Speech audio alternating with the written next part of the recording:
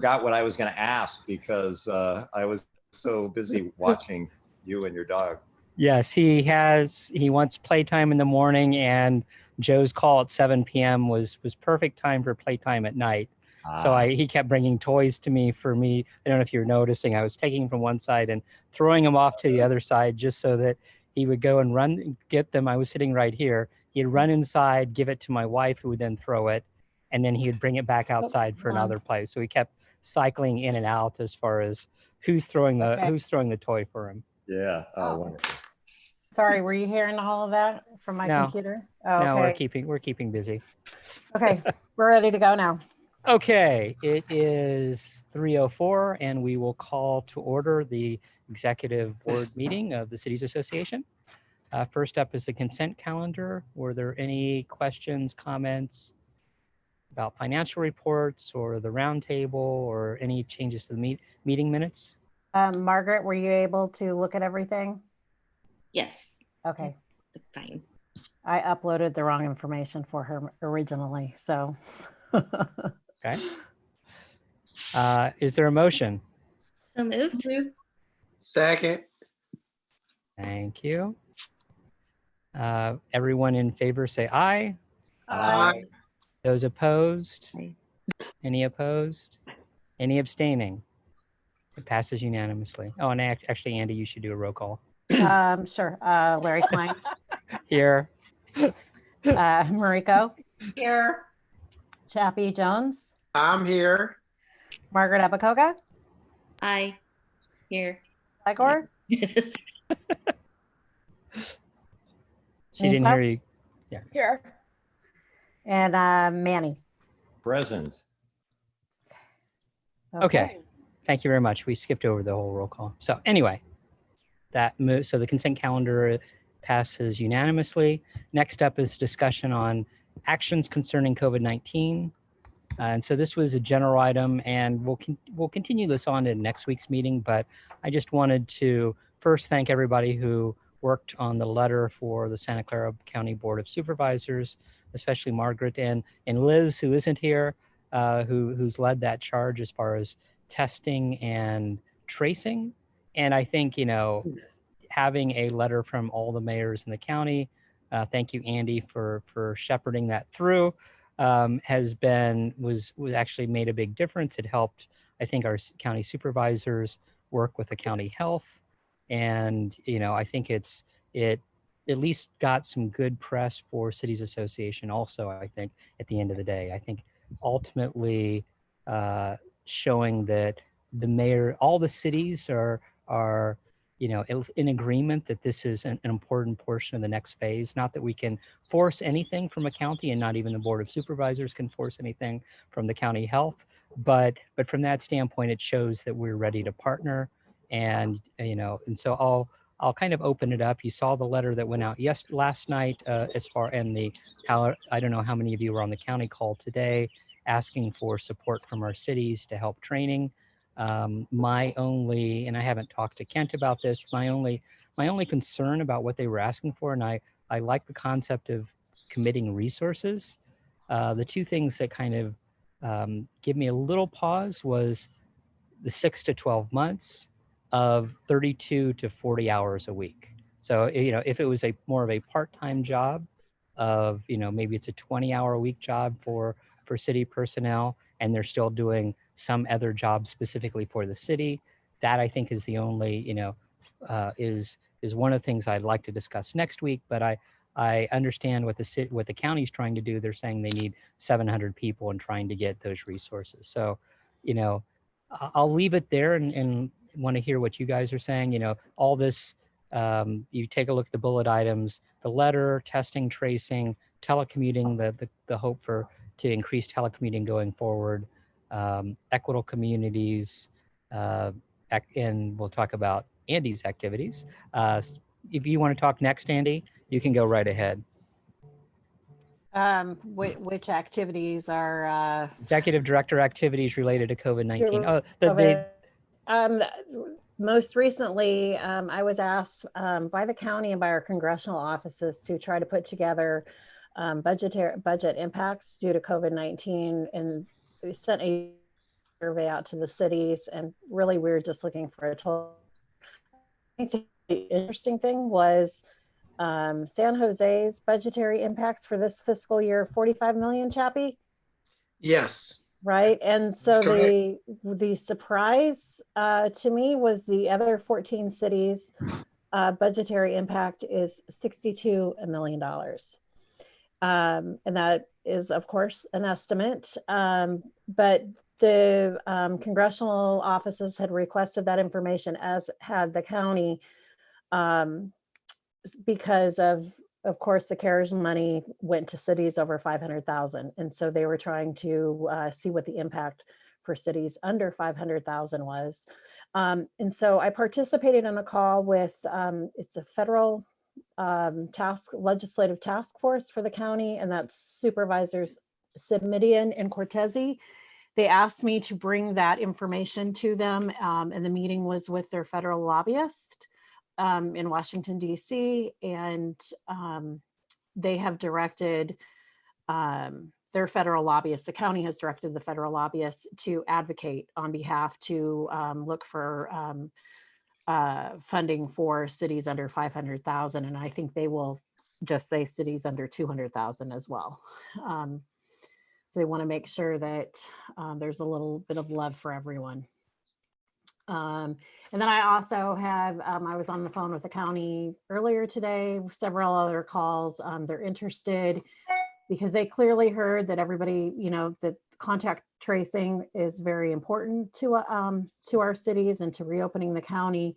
And they were inquiring and wondering if there was what the cities were feeling about how they define the position, if any of our cities might be willing to share or to send.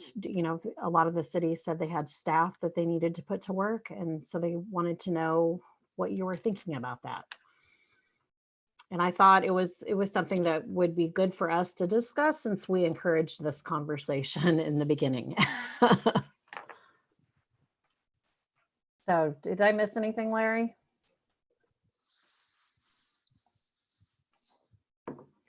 Larry, you're I don't on think mute. so. I Oh, don't okay. think, yeah, I don't think so. I think that was pretty much everything. And let's see, the county, no, I think that's everything. So I definitely like to hear feedback from other members on any of those efforts regarding COVID-19 and what your feeling is, at least from a county standpoint, especially. I did ask Steve Preminger very last minute if he could jump on the call today while we were discussing COVID, and I don't think he got my message. So Okay, that's fine. um, Anyone there- else? Oh, go ahead, Andy. there is another call tomorrow with the mayors and Supervisor Chavez at 10 a.m. and we were successful in requesting participation of a city manager. We felt that that was important as well, because currently they're only asking. I was on the call as well as the mayors, and we just felt it was really important that Kent or another member of the city managers participate. Right, and Andy, just for your knowledge, yeah, Cindy said, making sure that Kent was there was good, and Yeah. it's perfect since he's president of the City Yeah. Managers Association. So, any other comments from I'm others? planning to Oh, participate. thank you. Any other comments?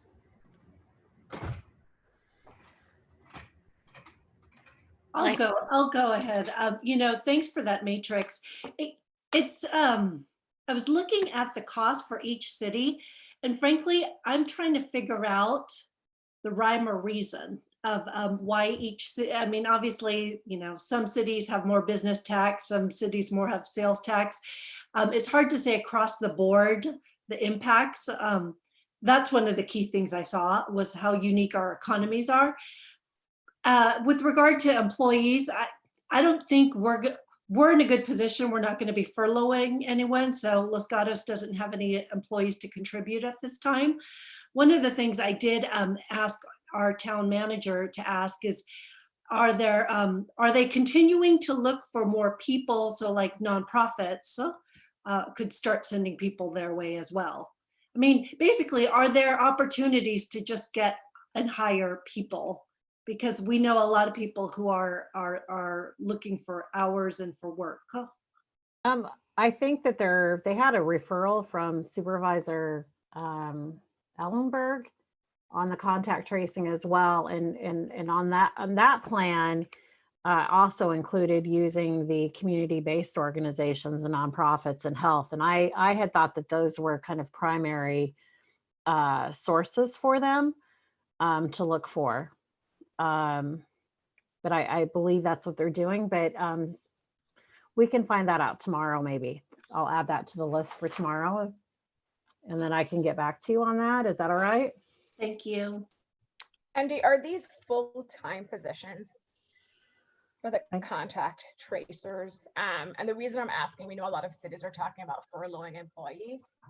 And so that's one pool to explore because they were already working for public entities, so I understand that process.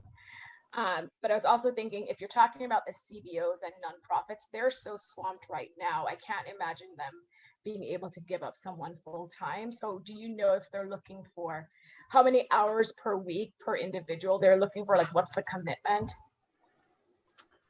So I got a report back from my staff on that, and I think the main concern is that they were told there's no reimbursement to cities. So the cities basically have to donate the staff, and that becomes a challenge with the 6 to 12 month requirement. So I don't know, if the county's going to hire folks too, but yeah, the ask for the cities was that we just donate our staff. Which Margaret, is that full time? Like, that's the question. Like, they want us to. I saw something. I think it was like 32 hours a That's week. what 32 they hours. said Okay. on the call today was 32 to 40 hours a week. Yes. Wow. So we're actually not going to be furloughing or laying off or anything. So I don't think we're going to have staff to donate, but the donation part's going to be really tough for cities since we're all experiencing revenue drops too. So yeah, I don't know what they're going to do if we don't donate folks. Well, I mean, that's a great question, Margaret. I mean, what would they do? Are they looking for people who are retired to have 40 hours a week of spare time to volunteer, or Kind of the way they've written it. I wasn't on the call today, but did anybody bring that up? I mean, the They fact that did say they're taking volunteers too. Okay. So They're taking volunteers, and it's highly recommended that they have a medical background. mhm. Oh, there's my goodness. criteria too. The pool. Okay. Could be retired, EMTs or even, paramedics. Like, Right. maybe would be the most likely, but yeah, I don't. If they don't get enough, donations. I don't know what they're gonna do. I mean, that would be the question to ask. So And Andy, that was a call, or was it a regular call or a video call? It was a regular call of the county, COVID-19 elected call with, 500 or 600 of the local electeds on the call. Okay. I'm glad it And- wasn't a video conference because I wouldn't have been able to keep a straight face on that one.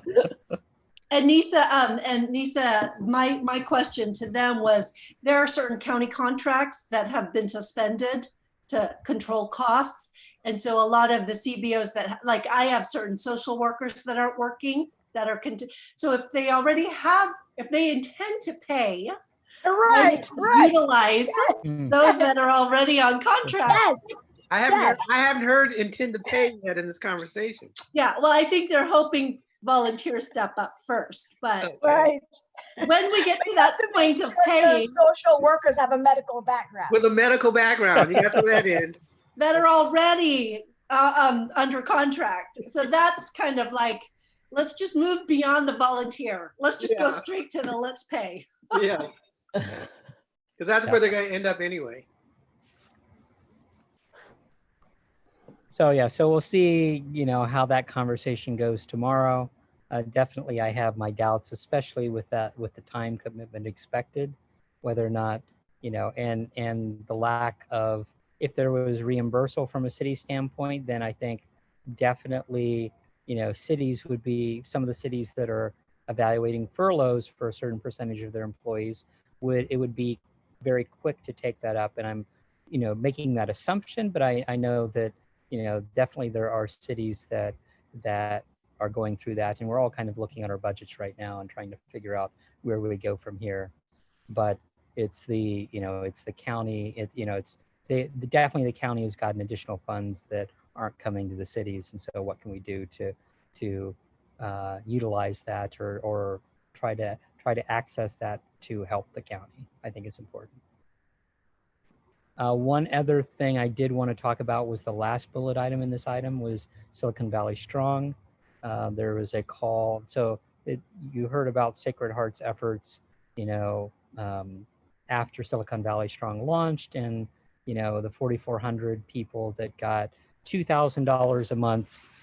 There's been multiple calls either with multiple stakeholders this week. And I just got off a call about an hour ago with Jen Loving and Poncho. And so Destination Home is driving, the next round and trying to make sure that that is equitable across county, as well as, it's not whoever just first applies. One of the things that Sunnyvale is doing for its business assistance program is having it open for a period of time and then closing it and then randomizing the number of people, or the people that actually qualify, randomizing who gets money first. So it's not just the first people who jump on the computer like it was for the first tranche of the Sacred Heart money, which was whoever made it on in the first 3 days was lucky. After that, they didn't have a chance. They were put on a waiting list.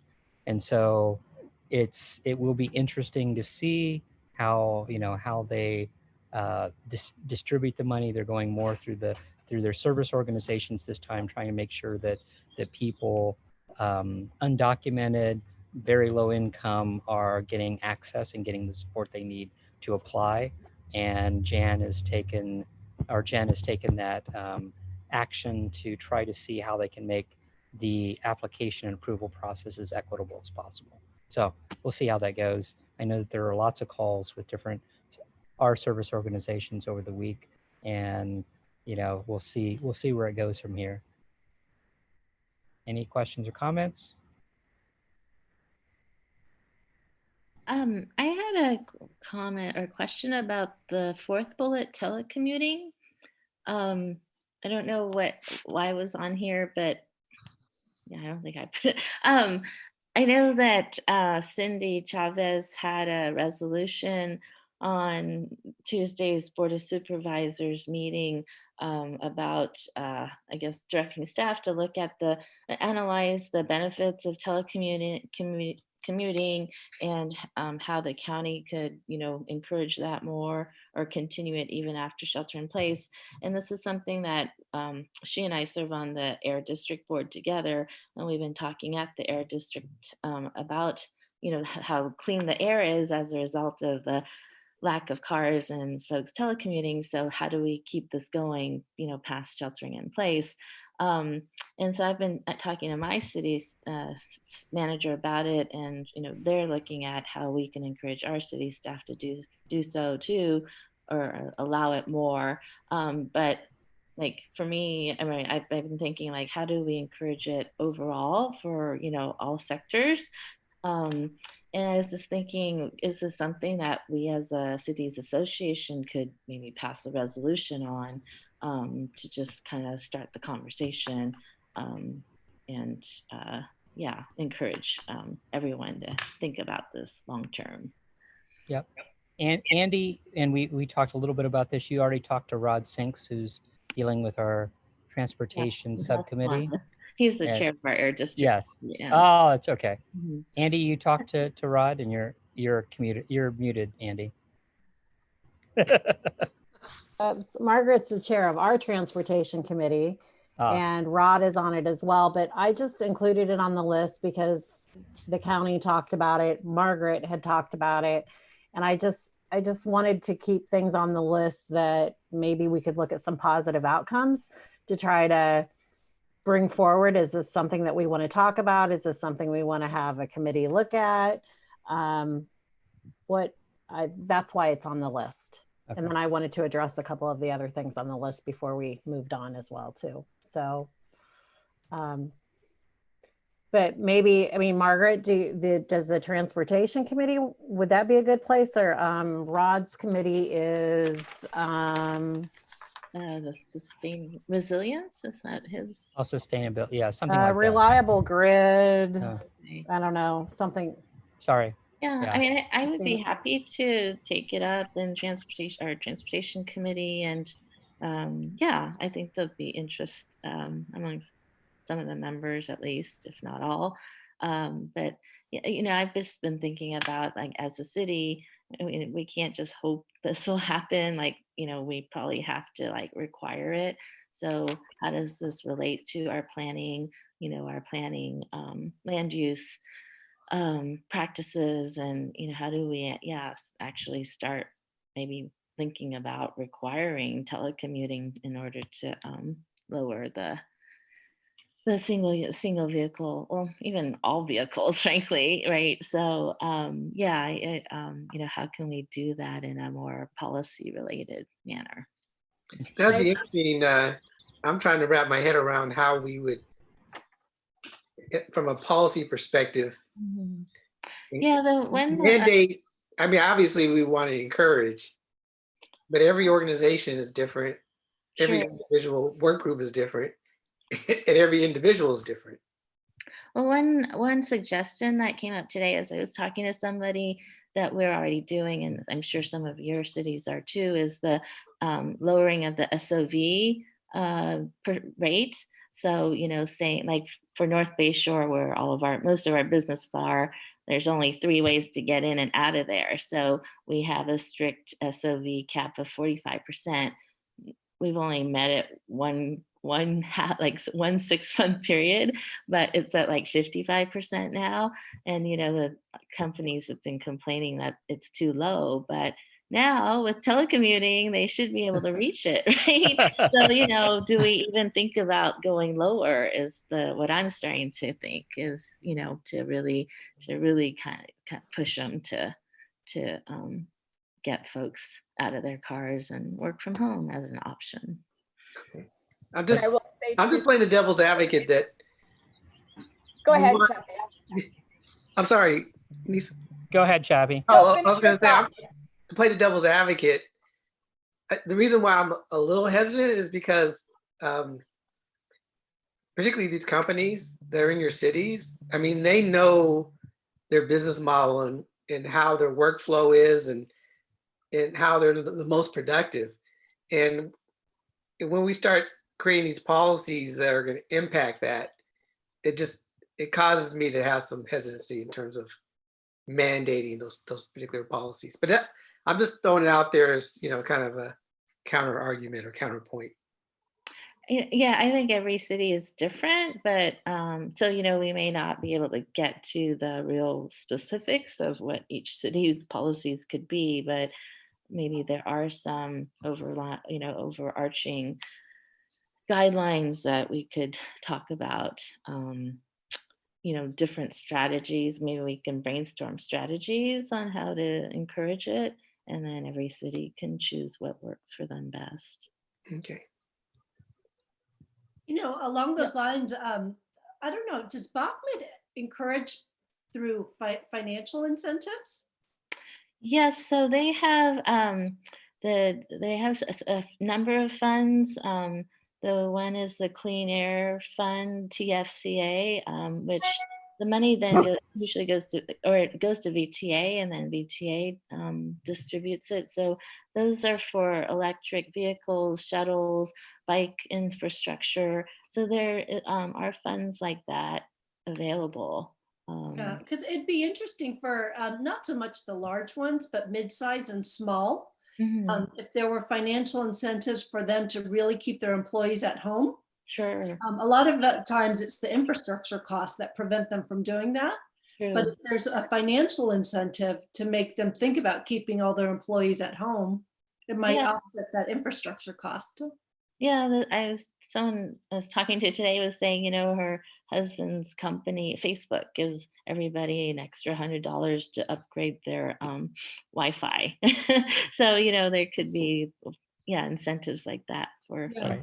Yeah, And a lot of the companies have already said that they're, Amazon Labs is not going back to work until October 1st. So they've already set Yeah. they've already set that expectation with their employees that you'll be working at home until October. So No.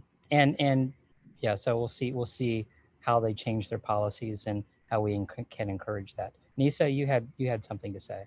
So a couple of things. One, I actually heard Facebook is projecting December. I don't know how accurate that is, but HP, so my company obviously hasn't announced yet, but I've been on calls where they're talking about how do we change, working from home going forward, because before it was on a, team by team basis and depending on your role at HP, whether or not you could work from home. So to Margaret's point, I think it's very timely because now is the time when companies are really reassessing what their telecommuting policy should be at that level, at the L1 level.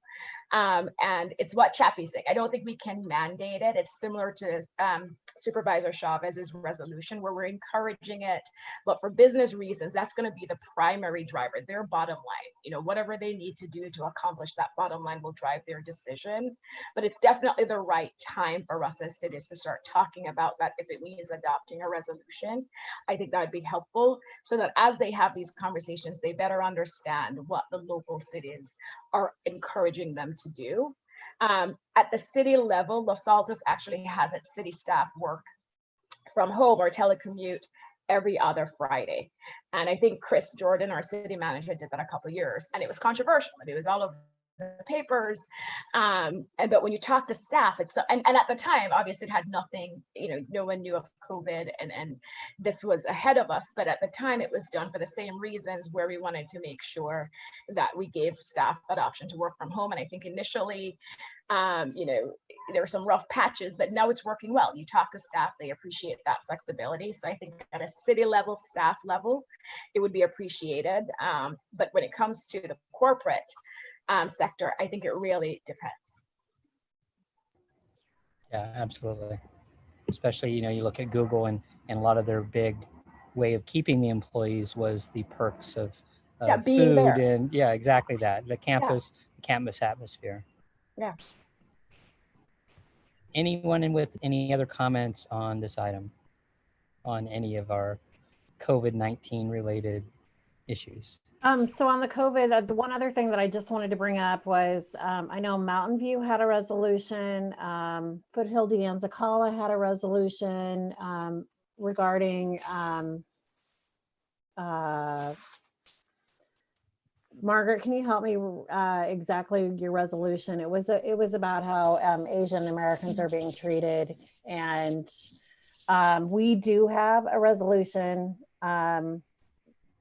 that was passed in 2017, and then we reaffirmed it, and it was the Equitable Communities Resolution, but that was done after Trump was elected, and there was a lot of really terrible rhetoric, but we reaffirmed it to discuss inclusive communities and embracing our diversity in Silicon Valley. So I wanted to remind you that we had that, but I also just wanted us to be just be aware that it is an issue and that we should be supportive. And so I don't know if there's something that if we want to do a different resolution or if we want to remind everyone that we do have this resolution. I think that when we did the inclusive communities, I think that I have to go back and look, it's 11 or 13 of the cities adopted it out of the 15. Not everyone did. I think the inclusive cities is fine, but it's too broad at this point. I mean, we've got a very specific problem that we're facing right now related to Asian Americans. And so Mission and West Valley College on Tuesday night approved a resolution regarding xenophobia. And so I think it would make sense for us to do it as an organization as well, given the, the pointed problem that we're facing today. And so that's my 2 cents on it. Manny, do you know where that resolution came from? Was it a standard resolution that they basically reworded, or do you have any feel for how that was behind the scenes? Yeah, I don't know how it was produced behind the scenes, but I have a feeling that they took an existing resolution that I don't know whether it was another college, maybe it was Foothill De Anza that they modeled it after, and then modified it slightly in order to meet the needs. Do an erase and replace with West Valley Mission versus Foothill De Anza. So right. Anyway. And Andy, thanks for bringing that up. I think it's a good idea to agendize that, and I think we can get a resolution from the Cities Association. I do think that has a lot of value. Whether or not each of our cities then takes it back to their councils, at least saying that we have something county-wide that the cities are in agreement with, and hopefully we can get a majority. Last time we got a few either holdouts, or they wouldn't. I think it was they didn't want to commit to the resolution without talking to their boards. I think that was why we didn't get 100, all 15 cities, or we just didn't have everybody in the room at the time. So I think it is worthwhile to add that to the agenda and give, basically a draft resolution that we can talk about. And then Margaret, it'd be good if you can, we've talked a little bit about, I've talked a little bit with a few council members on our city and our declaration of values, which we did about 2.5 years ago, which we reaffirmed a year ago for when our hate crime occurred, was kind of an encompassing sort of thing. It encompassed xenophobia also. So I don't think that Sunnyvale is going to do that, but I do think that there's a lot of value from the county. Margaret, do you want to say anything about where your resolution came from? Sure. It actually came, we lifted language from Santa Clara County's resolution. So the Board of Supervisors did one, and we just tweaked it. I would think for us, for the Cities Association, we could probably just use the county one. That makes sense. I have it, so I'm happy to send it over to you, Andy. If you. Okay, that would be great. I'm looking for it right now, too. Great. So. I don't know if it's because I've been sheltering in place for too long, but I just feel like playing the devil's advocate today. San Jose passed. That has nothing to do with COVID, Chappie. San Jose passed a similar resolution, which I supported. But I had a question then, and I have a question now that I want to ask the group.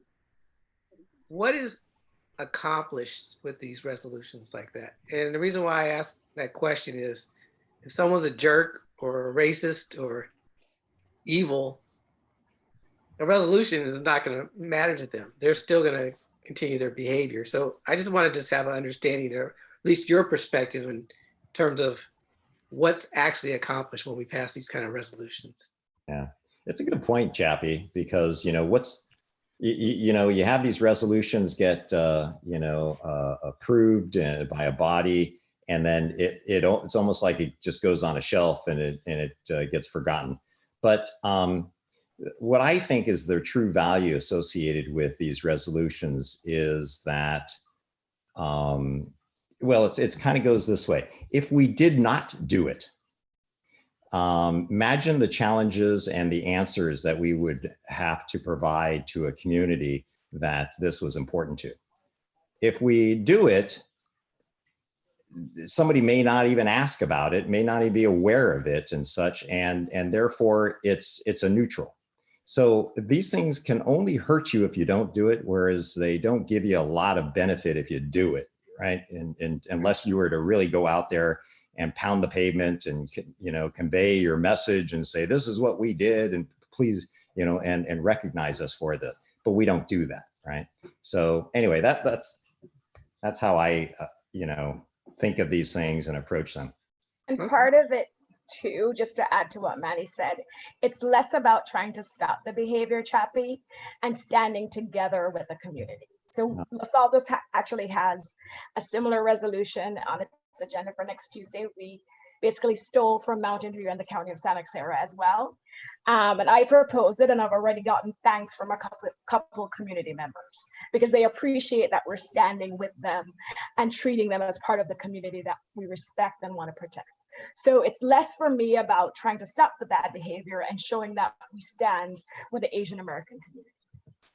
Well, I wanted to add that after we did the resolution, I actually got emails from people telling me about some incidents they experienced, like one being, we have a Chinese immersion school, and they had graffiti, anti-Chinese graffiti on, and it never got reported. And that's the thing, like, I mean, I deal with it. My husband actually was running and he was called some names just the other day, and these things happen, but a lot of times people just endure it, they stay silent, and it's a way to encourage folks to speak up, whether you report it or not, but just in general to just say, you know what, that's not cool. And I think a lot of times when I tell people what the things I get called or whatnot, and people are like they're just surprised, shocked that that happens, but it does often. And so this is a way to just, raise awareness of that and hopefully get people to be more mindful of what goes on. Okay. Good input. Thank you. Also, I'll just say that I looked it up to see if I could, it says on WikiLaw that a resolution is often used to express a body's approval or disapproval. So an official word. Thank you. Okay. Any other comments? Oh, go ahead. Can I just ask you of the process of that? Do you just want me to, I'll look at Mountain Views, the counties? Probably just taking the counties and Okay. make appropriate changes, because it is, county versus 15 Sure. cities. And I think that's probably the easiest thing to do. Perfect. Okay. And reduce your amount of work. Okay. Anything else on COVID? Okay. Moving on to item number 4, organizational status. Consideration of retaining an attorney on contract. Andy? So the organizational status, it just keeps coming back. We did get final word from the IRS that after they told us they changed it, then they reopened it. And they said they sent us a letter saying they changed it, but they never changed it. And so now we do have official word that they want us to file for some official status, and they won't change us to a government affiliate. It is possible after we file for a nonprofit status that they will then also deem us to be a government affiliate as well, but they want us to do this process first. The accountant has asked to work with an attorney to fill out the paperwork to make sure we're doing everything, we're filling out everything correctly. And so I know that it is on our to have an attorney after in the next fiscal year in our new budget. I was wondering if we could go ahead and retain an attorney to work on this. I don't think that it would, I mean, we can put a cap on how many hours. When we used an attorney for the roundtable, we capped it at $5,000, and I think we only used I think it was about $1,200 for that task. This shouldn't be too much, but we just want to make sure that an attorney looks and that we're applying for the right status. The accountant and I have it down to a 501c3 or a C4 or a C6. I think we've eliminated a C3 that under our current bylaws because the legislative committee is called out in our bylaws as one of our main purposes. And if you're a 501c3, you're not allowed to do a substantial amount of work toward lobbying. And it really equates to money, and it's, we would have to count my time. And since it is called out and is one of our standing committees, and we do, part of my salary would then go to that line item, and it would make it, so it would be too much money to qualify as a 501c3. If we are a C6, which is an association, the wording of a C6 is a little odd to the accountant, and that's why he says we need to talk to an attorney about it. But a C6, people could not contribute to us as a write-off, as a, like when they donate to a 501c3. I don't think that's a problem anyway, because if somebody wanted to help support one of our events, they're still going to give money or not. They did over the last, in some of our events previously. But a C6, hold on here, I've got a table for you all to look at.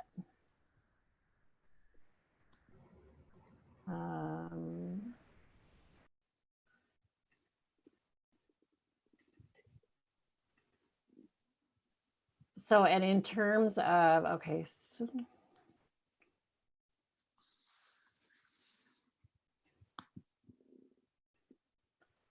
Okay. So this is actually from, the comparison chart is actually from previous conversations when we had hired another law firm, and then we only worked with them a short amount of time, but one of the options was to remain an unincorporated association. But the problem with remaining an unincorporated association, as we currently are, is you're not supposed to have revenue over $5,000 to be an unincorporated association. One of the options was to form a JPA, and we have to go back to all the cities, and that's that process would take a while. So here is a C3, and there's all sorts of state and federal compliance that we have to do with a C3, but I think that the lobbying aspects of it don't comply with what we are. And I think we should be something, I don't think we should change to fit a 501c3. I think we should find the right association type that is what we are. A C4, we could be a C4 that allows you to do lobbying activities, but really a C4 is aimed at if you want to endorse political candidates versus advocacy issues. So I don't think C4 is exactly right for us either, but a C6 is an association of membership association.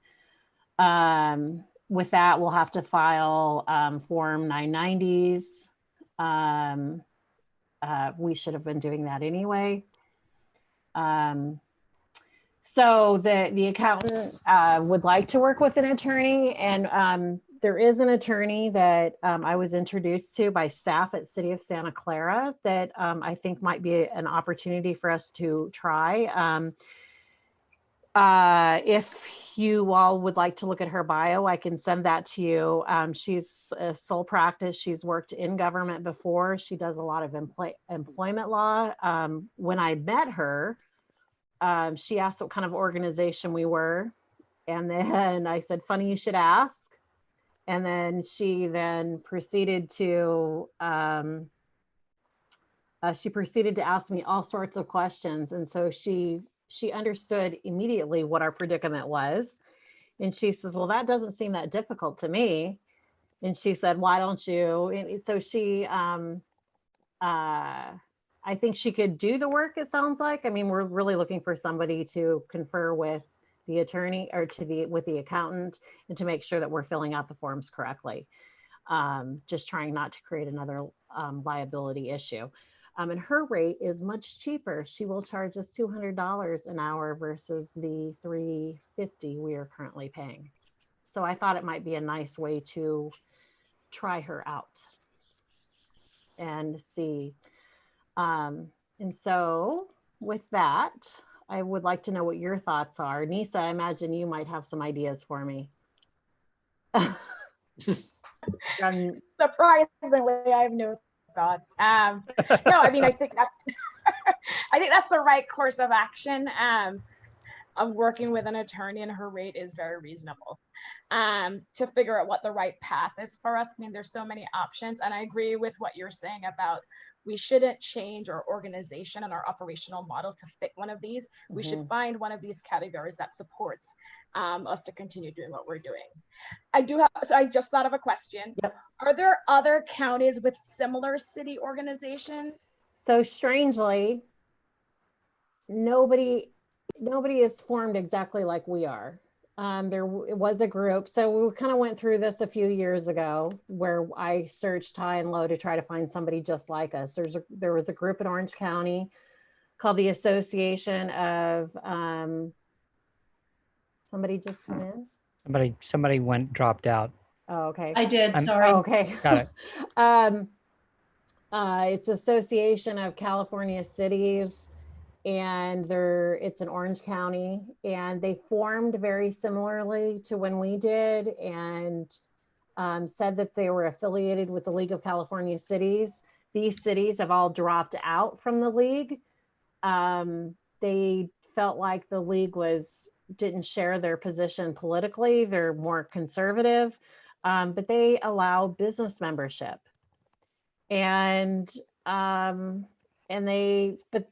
So it's not the same. And then the rest of the county, the rest of the cities associations or like selection committees, they're run by either a city or are staffed by a city staff. San Mateo County, their group runs through CCAG, which is their congestion management group. So we have not been successful at finding, and Rania Mosen went through, also researched this when she was with the Cities Association, and she also could not find another organization that was similar to how we are. So it's not like we can. I just had a thought, and I know it makes sense for us to stay independent of the county, but would an association with the county help us? And I've heard from county folks going through this whole COVID process that one positive is the connection between cities and county right now. Like they're very happy about the connections that are happening, because before it was really difficult to reach out to all the individual cities and hear what's going on. Is that a possibility? I mean, I'm just throwing that out. So in a nutshell, we were formed because the cities got mad at the county, and the county used to. So in Oregon, I worked for a county and I worked for the chair. And so I would often have to staff the city group, which was like the city group, but the county was in charge of the agenda and the county staffed it. And so it was interesting in Oregon because my husband, who worked for the city, he would come home at night and he'd yell about the county. And I would say, start your own group. Like, nobody's telling you have to stay. And so when we moved here, he was like, you're not going to believe it. The city started their own group. But that was why they started their own group, because there was a lot of tension with the county. So there was discussion when Rania was the executive director of San Jose becoming the fiscal agent, and the money running and then paying the person through San Jose. And I think Margaret was on the board then, and they decided not to do that as well. So they wanted to be independent. So now we just have to figure out how to make it work. Initially I was not enthusiastic about forming a JPA, but it's starting to look a little more attractive to me. And I know it's a lot of upfront work and a heavier lift, but it might be ultimately the best solution, the best path forward for us in terms of maintaining the continuity of what we do and how we operate, and having a legal entity that that can encompass all that. Yeah, because we're really not a nonprofit. That's what the accountant and I keep going round and around. We really are not a nonprofit in any sense. And if the cities decide not to have an association, it goes away. It's not like it stays. Right. And so the strange thing is that the accountant kept working through the congressional offices to talk to the IRS group that was looking at us, and they wouldn't let our accountant talk to him because we have all the documentation that shows that we are clearly a government affiliate. It's a very minor, like little loophole piece of the IRS code that is really meant to define what we are. And we don't even know if they're looking at it, if they won't talk to us at all. And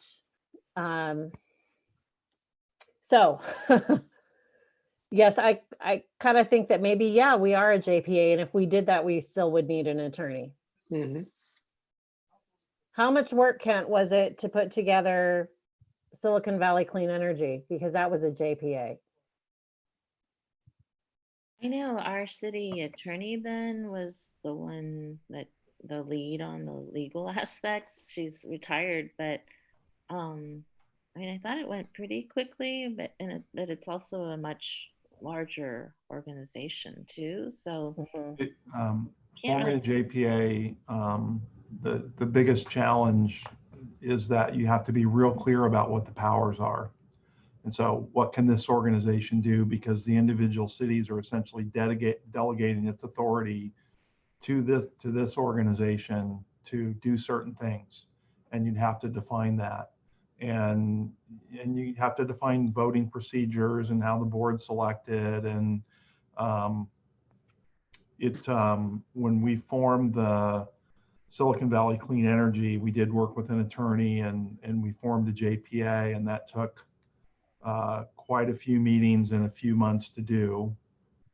It is doable. It's just really then, and then it would have to go back to each city to join, and there may be differences of opinion as there was back then about, with Silicon Valley Clean Energy, there was discussions about weighted voting and things like that. And, and I think that you could follow the format you're in now.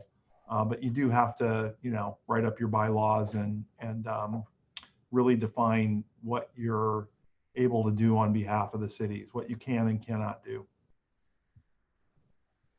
Well, A lot of that is already created, bylaws and process, and you can even define your powers by saying, we're defining our powers to be no powers or no authority.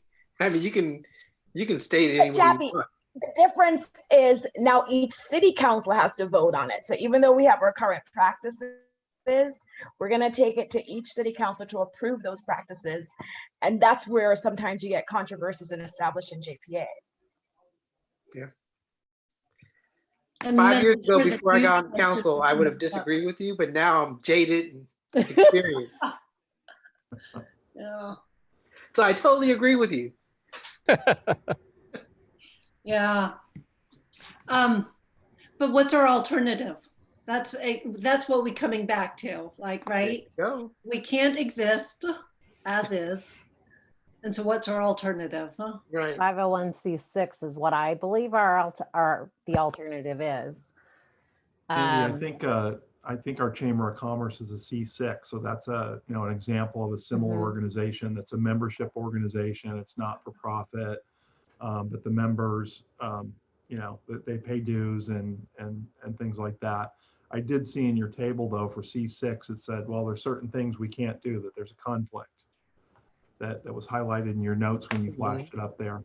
Okay, let me look.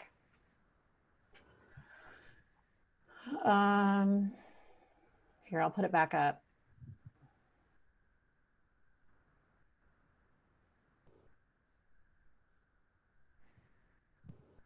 So I'm not sure why the previous council said that our current activities do not qualify for a C6, and unclear about why that would be. That's, we didn't agree with everything that this attorney told us. That's why we are no longer working with them. And when I was on one of my numerous calls with the accountant this week, that a C6 was the one that we felt was most in line with what we are.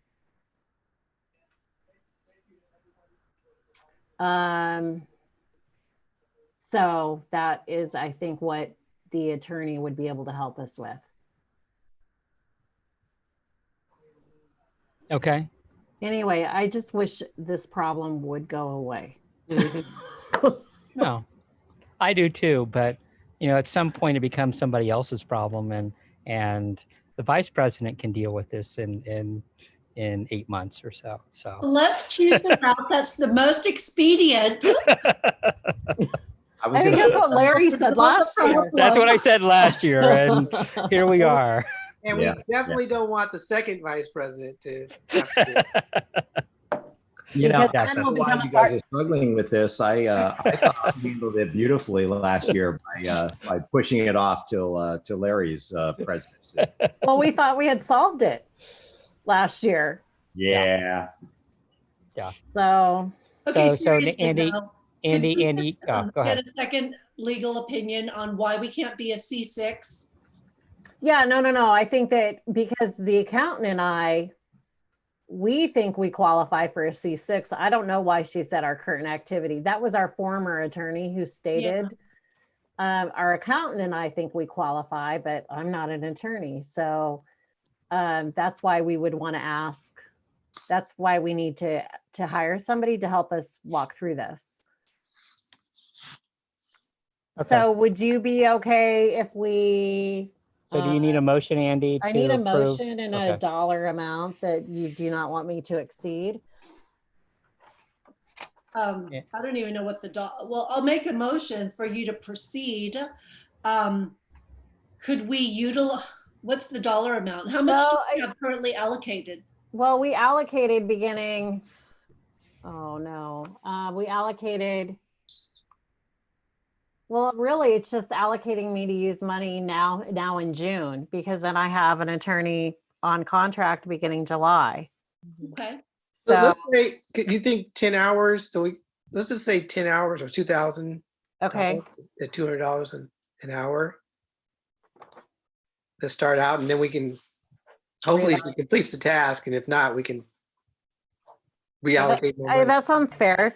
This is just for the initial question of what Right. should recommend. It's not helping us establish it. It should not take more than 10 hours. Yeah, It's the research, the initial step. Right. yeah. Research, as well as probably giving some estimate as far as what she would guess are the next steps. And you know, she's if gonna have to what look at, direction. she's gonna have to look at, do a little light reading of where we've been as well. okay, Okay, I think that's fair. 10 hours, $200 an hour. okay. So that's For, in the motion, and for you to utilize that starting now. okay, thank you. Is there a second? Second? Second, Thank you, Chappie. Everyone in favor, say aye. aye. Roll call, roll Aye. call. Larry, Yes. Mariko, Yes, Chappie, Yes, Margaret, Yes. Nisa. Was that a yes, Nisa? Yes. You're on mute. Manny? Yes. Okay, great. 6 yeses, no absent, no noes. Passes unanimously. Great. you know, Larry, if I weren't sheltering in place, I'd want to hang out with you right now. no, I don't have any alcohol yet, but maybe in an hour or so. is that a couch, by the way, an orange couch Yes, it is. outside? Yes. Very cool. Oh, yeah. Lots of pillows. I love it. Yes. Soon as So- the shelter in place is removed. I'm over there, Larry. Yeah, my wife works at home. So last year, so she's been working at home for about 2 years. Last year we redid the backyard, and we also redid her office the year before. And so now half of her time is spent in the backyard. So sheltering in place is a little bit easier because, you know, we keep swapping back and forth of who has the office and who has the backyard. So the next exec committee's at your backyard? That sounds good to me. Hey, I like it. It's And not Sherry that will far. make us pizza, right? Yeah, pizza and I drinks. still have the wine from the Saratoga Christmas party I'll bring over. There you go. I bet you it's lovely now. Okay, next up on the agenda, May 14th agenda setting. So first up, we have one more, number 5, the SES, the Oh, roundtable. sorry. Missed it. Also, I have one more job that this would go under the roundtable's budget, but since you are the fiscal agent and they aren't meeting yet, we've come into some tricky Brown Act issues with the roundtable, with the way the committees are set up, and I would just like to have an attorney write up some Brown Act procedures and best practices regarding committee actions. And we just have some funny things with, there's 6 people on one committee, 4 on another, there's overlap. And it just would be important because we have 13 jurisdictions that there's some independent guidance for how the Brown Act is to be followed. And instead of each one going to their own city attorney and saying, but this is how we do it. Nope, this is fine. I think that it's good that somebody is doing this on behalf of the roundtable. So I would just like to, it will be their funds from the roundtable.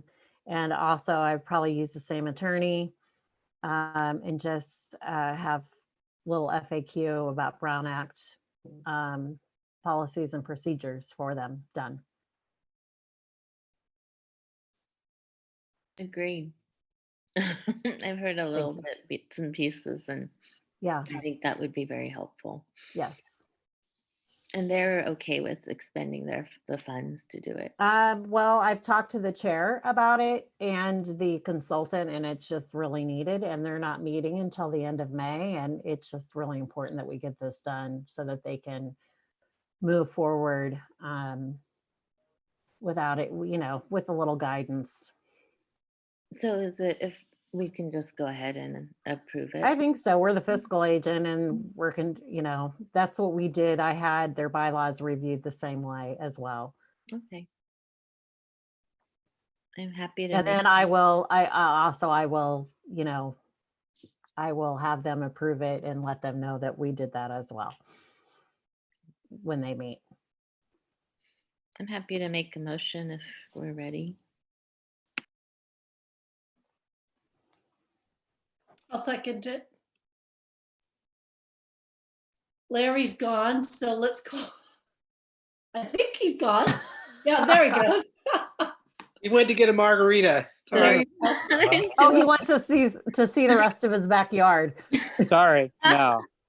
So we have a motion. I just and lost a second. Wi-Fi. I just lost all started Wi-Fi drinking connection. yet, or he has started drinking. Okay, so I moved to my phone. Sorry about that. As So far- Larry, we have a motion and a second to authorize using roundtable funds, FAQ on the Brown Act. Up to Thank you very much. $5,000. So I'll take a roll call vote then. Larry, Thank you. Yes. Mariko, Yes? Chappie, Yes. Margaret, Aye. Anissa, Yes. Manny. Yes. Great, thank you. 6-0. Passes unanimously. Larry, you're really rubbing it in now. We're seeing you twice. I'm trying to get rid of the other one. The internet's coming back, so We'll be done in a little Just bit. making us feel bad, that's all. Okay, next up is the May 14th agenda setting. So Legislative Action Committee, do you want to, how are we as far as that agenda? So Andy and I worked, yep. It's We packed. worked on the agenda, yeah. That's what I thought. You know, one of the nice things of COVID is we don't hear too much about Scott Wiener or any of the David Chu or any of them folks regarding housing stuff, do we? There's a few bills that are There still are. moving. So on our agenda, I mean, it looks packed. It's a long list, but for actual discussion, so we have a section that's bills to watch and we have a long list there. But actual discussion, I think we only have 3 or 4, AB 1279, which is the housing bill that appears. Can you hear me? Yeah. Yes. I'm just showing everybody the Oh, agenda. good. AB Perfect. You're awesome. 1279. Thank Oh, you. okay. Oh, got it. Perfect. Yeah. Mhm. And then the realignment, this is something one of our council members has been asking for. So it's on the November 2020 ballot. Were we able to get a speaker, Andy? You and I had talked about that. Not yet, but I'll keep Yeah. trying. Okay. I've got it, but I'll try again. Okay. And then from what we have heard, and I'm sure you've seen the same emails, there are only 2 topics expected in Sacramento. 1, COVID, obviously, and then 2, public safety. So we're going to have just a discussion item about what folks want to talk about. You know, are there areas they want us to focus on or push for, depending on what comes out of Sacramento? And we'll Okay. limit the time on that discussion. I thought there were, I'm going to forget what the bill numbers are. So I Go ahead. also have a list that we've been tracking on the second page as well. The And I Wiener ha- thing is 902. Yeah, it's right here. 902, yeah. Yeah, SB 902. Also, we've been asked to look at a bill. It's like another CARES Act federal bill. Oh, for Congressman Panetta's office sent it to us and asked for support. I haven't added it to the agenda yet, but we will get that on there as well. What about modifications to AB 5? Do we, I can't, my eyesight is not that good. AB 5? Yes, I don't have What AB. is AB 5, Chappie? that's the Uber, I guess you call it the Uber Lyft Right. Oh, employee Right. Yeah. bill. That, I don't know if you've heard from your constituents, but it's impacted a broad range of different occupations that are costing can- people money and jobs. Mhm. I'll add that, Chappie. Okay. Is there anything else that anyone has? That's What- the one that will be on our ballot in November. Is that correct, Chappie? I believe that there is an effort underway. I don't know if they've gotten all the signatures yet or not, but Yeah, I had heard that they did get all the signatures, but in fact, more than enough signatures for it. But I'm not positive either. okay. So we'll add it, do our own research before the meeting. Is 899 on there also? No, what's 899? That was churches allowed to build housing on parking lots without, I think it's streamlining or any review by local jurisdictions. Interesting. What is the number on that one again? 899, SB Is it an 899. AB or an SB? It is SB. SB, got it. I think both of those are Wiener bills, maybe. 899. Wow. Okay, thank you. So yeah, And so are I don't, these bills, Larry, that you think are moving forward or bills to watch? Because bills just resume. to watch as far as I know, but there's only a few housing bills, and I think, you know, conceivably these make it through. So I'm not sure. I haven't, you know, I've done very little advocacy on our legislation standpoint over the last 2 months. So, but I have been getting letters on these as well as have been following a little bit on some of the, every now and then there's an article in, you know, in the Chronicle or something similar. Thank you.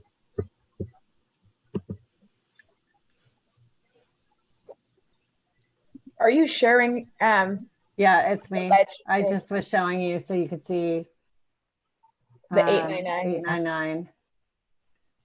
on the status? Yeah, so here it is.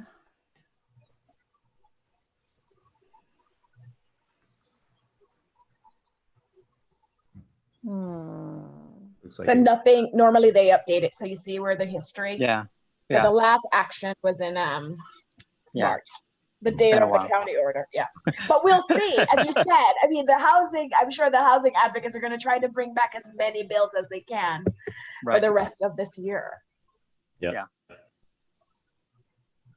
I guess the Okay. question is whether the legislature has the bandwidth to take these on in addition to all the COVID and wildfire and PG&E, you know, restructuring and all the rest of that stuff that are listed as high priority.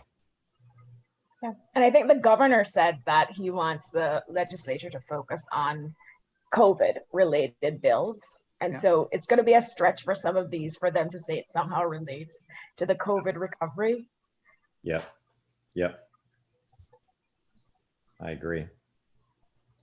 And even if they don't get brought up this year, there's always next year, and they, you know, they're very likely to repackage these bills and reintroduce them. So they're not going away. It's just Nope. we may get a little bit of a reprieve this go around. Absolutely. Okay. Anything else with LAC? No. City Selection Committee? Andy, do you want to go We ahead? have three LAFCO, EOAC, and Airport Land Use Commission. LAFCO, we have a seat and an alternate. It's currently with Rob Rennie is the representative right now, and the alternate is Russ Melton from Sunnyvale, and both of them have applied to be the main representative. And let's see, then we have the EOAC, and Lydia Koo is the alternate, and Lisa Matichek had been filling the representative slot, but she stepped down from that. So Lydia has been serving and would like the seat permanently. So so we're just officially appointing Lydia, and we did not receive any we're hoping that somebody would from the floor then put their name in to be the alternate. And then the Airport Land Use Commission is currently served by Lisa Matichek and Glenn Hendricks, and both have submitted to serve again. Okay. So I Great. think that will be pretty quick. Okay. Good. And are you doing separate Zoom meetings for each of these, No, or how I'm we just doing one. just asking, just I wondering? think that it would be a little difficult if we did 3 different ones. What do you think? Telling everybody. It's up to you. You know, I We definitely, I could, think, it would make the streaming better and easier, but as long as, I think when we put the video online, we basically have to at least be very clear that it covers all 3 meetings. And, yeah, you know, so I think it's reasonable because the meetings do, you know, go back to back to back. That being said, conceivably, you stop the recording, save it, and restart it at each meeting, and just leave one attendee list for everything. yes. I don't know. I think you can stop and restart, but whether or not it saves it is the question. Okay. So I'll let you take a look at that, Well, I'll do my best. or just keep it going. Okay. Yes. And did we appoint someone to Supervisor Ellenberg's committee, the COVID committee? Or is Larry, are you supporting that? No, it didn't go through. Oh, it didn't. Oh, I didn't hear that. No, it so Ellenberg had Ellenberg had a referral and Chavez had a referral, and they combined the two. So they took the first part of Ellenberg's, but they did not take the task force. They are not in favor of a task force being involved in overseeing anything COVID related. So, and I also think there were just too many things going on, because I think Mayor Liccardo also has a recovery task force in the works. So I think there were just too many different things happening. So they combined those. Okay. Next up is committee updates. So there would probably need to be a LAC update. The Transportation Committee is meeting next Wednesday, so you might have an update, Margaret? Possibly. Okay, so, and then Mariko, do you have an update? Will you need one? No, I did mine last time, remember? Right, okay. Yeah, I think that's it for right now. Okay. Margaret, do you want 10 minutes to speak, or on at least what happened and conceivably steps forward, or? I don't know if I need 10, maybe 5. Okay. Depending on what happens Wednesday. Okay, sure.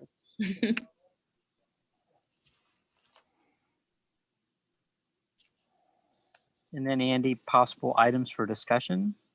Oh, COVID-19. you probably want COVID on as well again, right? Absolutely, yep. Okay, and then do you want, I'll ask, well, I'll just make sure that Steve Preminger knows if that's on the calendar so that he's ready with any information. I think he'll want to talk about the contact tracing, since that had been a big focus of the letter that was sent, and also that they did hear from some of the cities saying that they thought they had staff that they would want to contribute to the discussion. So I know that they'll want to talk about that. Yep, makes sense. Okay, so, okay, I have that you wanted 45 minutes for that? Possible? That sounds fair. Okay, and then I think what did we do last time? Half an hour, and ended up being an hour. Well, I think that on that piece, I think we ended up only getting 15 minutes because we ended up talking about RENA the whole time. That's true. Yeah. Yes. I'm mixing that up. I'm thinking the meeting before. Where we ran out of time. Yeah. We also need time for the resolution. Yep. Let's say 10 minutes for that. Is that enough time? Yeah, that should be. I think, it's just reaffirming, important values for our community and doing it at a countywide or all city level as opposed to just the county. So I think it's important. Okay. But it shouldn't be. I don't think there'll be a long discussion. Okay, great. And then there had been discussion before about whether you wanted a Plan Bay Area update at every meeting, or a discussion with the ABAG representatives. In February, there was a discussion with Vice Mayor Gibbons, and I think the board had kind of indicated that they would like to have updates from her at every meeting. And so, do you want to do that at this meeting, or? So I'll bring it up to the executive board. I think that there's value, but and it is changing. I don't know how dramatically it's changing month to month is my big thing. Understanding the timelines, after our last meeting, we talked, one of the big things that we heard was, okay, the timelines are changing, and maybe NISA could give us a little more insight into, is there a lot of value right now, or is it June, or has ABAG and MTC slipped enough that this isn't an immediacy sort of thing that we need an update? So it really comes down to what the state decides to do, but on our call this week, they actually moved the dates for the RENA process. I've Okay. not seen new dates for Plan Bay Area 2050, but for RENA, so the state dates still remain about when you finalize the allocation and when you report up to HCD. So that hasn't changed. They have made a request to HCD to change that date, but they have moved out our internal ABAG RENA committee date by 2 to 3 months. So for example, they were hoping to finalize the factors by June. It's now September. So they have moved things Oh, wow. internally, which is helpful. It really is. So that's what ABAG did with RENA. I have not seen a new timeline for the Plan Bay Area 2050, but I imagine if they did that, and Plan Bay Area actually is more controlled by ABAG, so I imagine that they will also move the timeline there. But I don't know. I don't know about Plan Bay Area 2050. And to your question, Larry, I'm not sure there is any more update to what I just said. I know Liz, as Andy said, feels strongly about sharing some update at each meeting. I think, if you give her an opportunity in maybe 2 minutes, because there isn't much. There's always an update. Every month we have a meeting, there's an update to give, but Right. I really don't think it requires more than 2 minutes. Okay. So we'll do 5 minutes. We'll add it to the agenda. It makes sense because we spent much time talking about it the last meeting. It would be good to at least give everyone the update of how those schedules, how those calendars have moved. Actually make it 10 minutes so that there's time for questions if there are questions. If there, it just would seem appropriate that we check in with Chris Clark as well, because there I are agree. 2 representatives. And I think that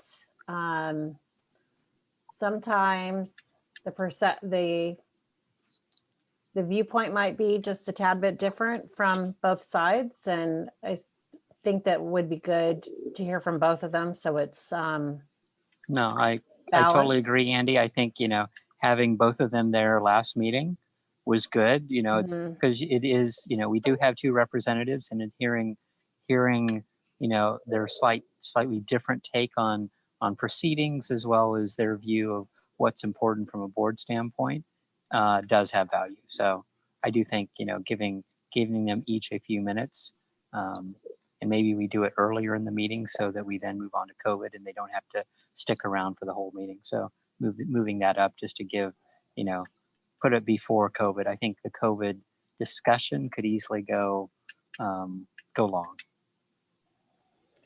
Okay. All right, I'll send you a draft agenda and then you Andy, Larry, I caution you then, if you're going to put it in the beginning, you Yeah. got to put a time limit. Oh, I will.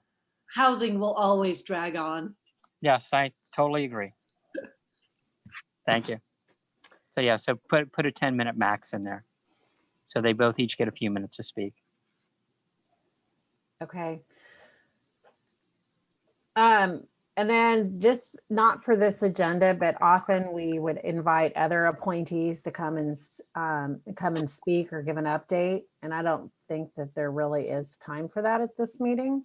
It doesn't appear that way anyway.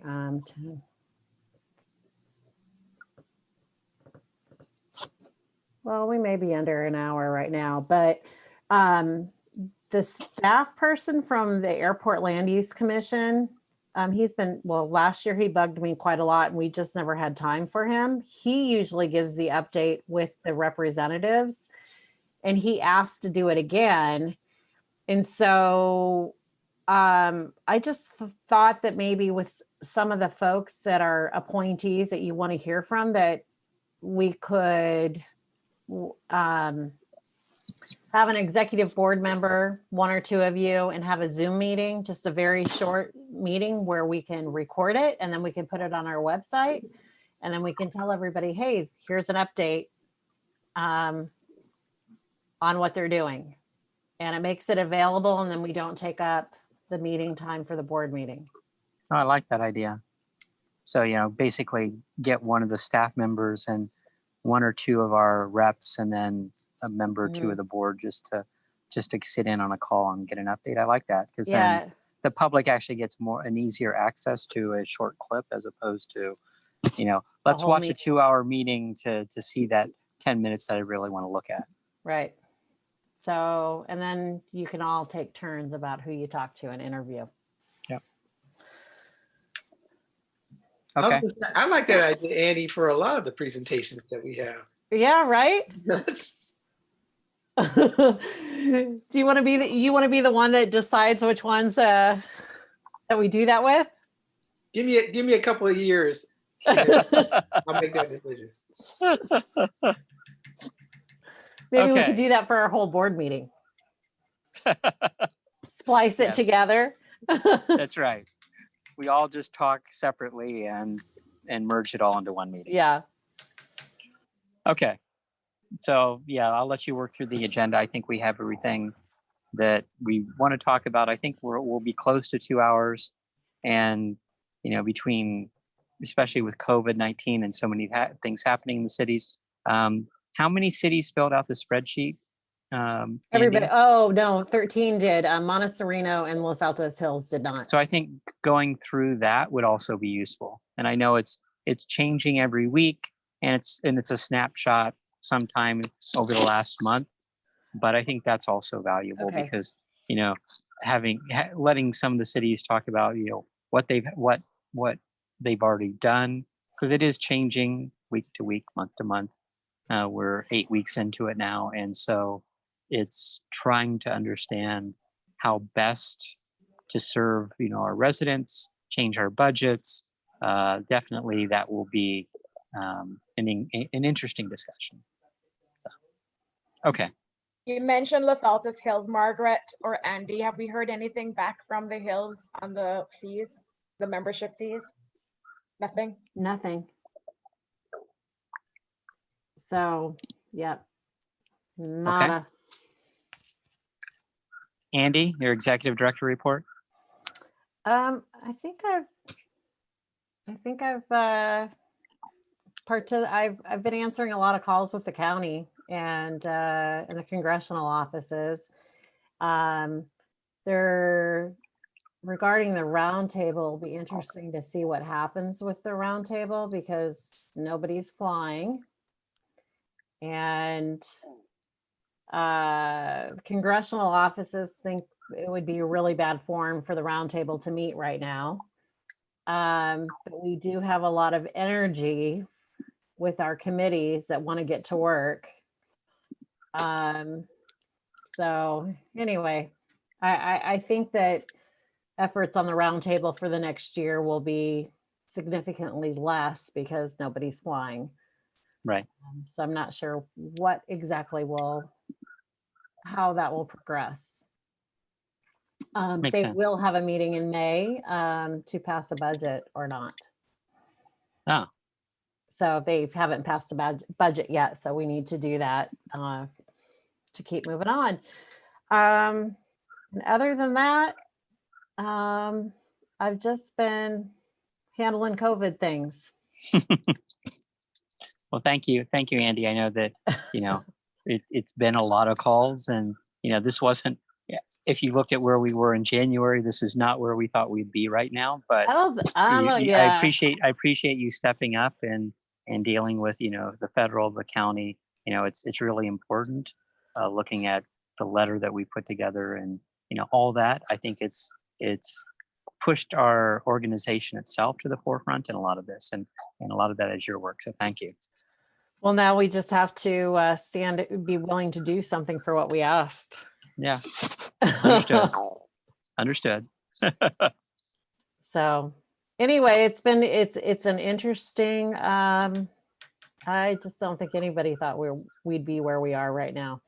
No, absolutely not. So that's that, Okay. I think, for right now.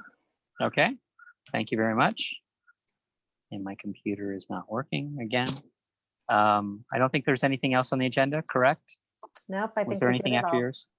Okay. Well, only 2 minutes late. Let's go ahead and adjourn the meeting at 4:32. Thank you, everyone, for joining. It's good to see everybody's faces.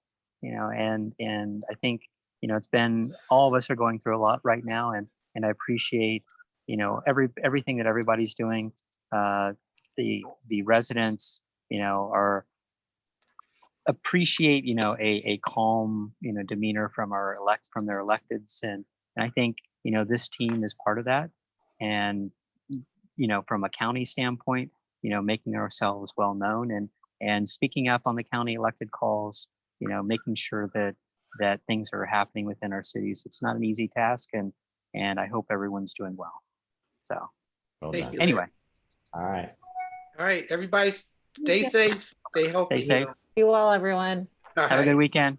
All right. Take Bye care. now. Bye.